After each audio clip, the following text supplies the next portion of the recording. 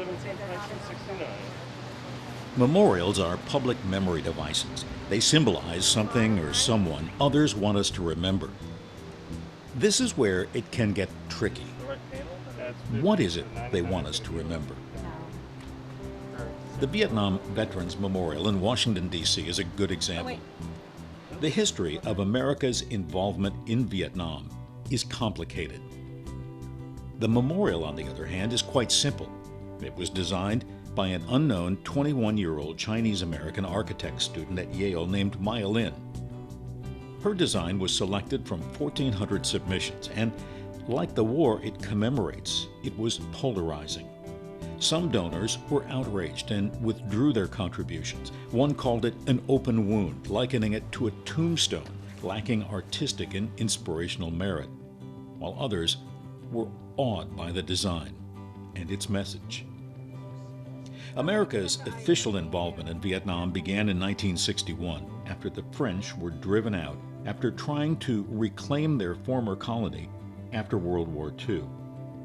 The war ended on April 30th, 1975, when the Republic of South Vietnam forces were defeated by communist forces.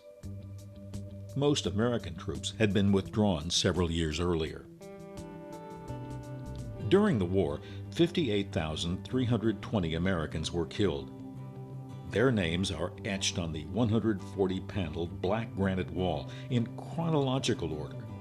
Visitors use directories to locate the panel and row where the names appear. The V-shaped memorial is meant to symbolize a wound that has healed. It's located about 300 yards northeast of the Lincoln Monument on a 2-acre plot just off the National Mall. Several years after its completion in 1982, 2 additional elements were added. One represents 3 soldiers observing the wall from a distance. The other represents the role women played in the war, especially nurses. The Vietnam Veterans Memorial was built with blinding speed just 7 years after the war. By comparison, the nearby World War II memorial took almost 70 years. The long interval helps give everyone time to reflect on the meaning of what's being honored. It gives time for healing, forgiveness, and perspective. Ultimately, the meaning of any war is that many will die, especially the young who are called to do the fighting.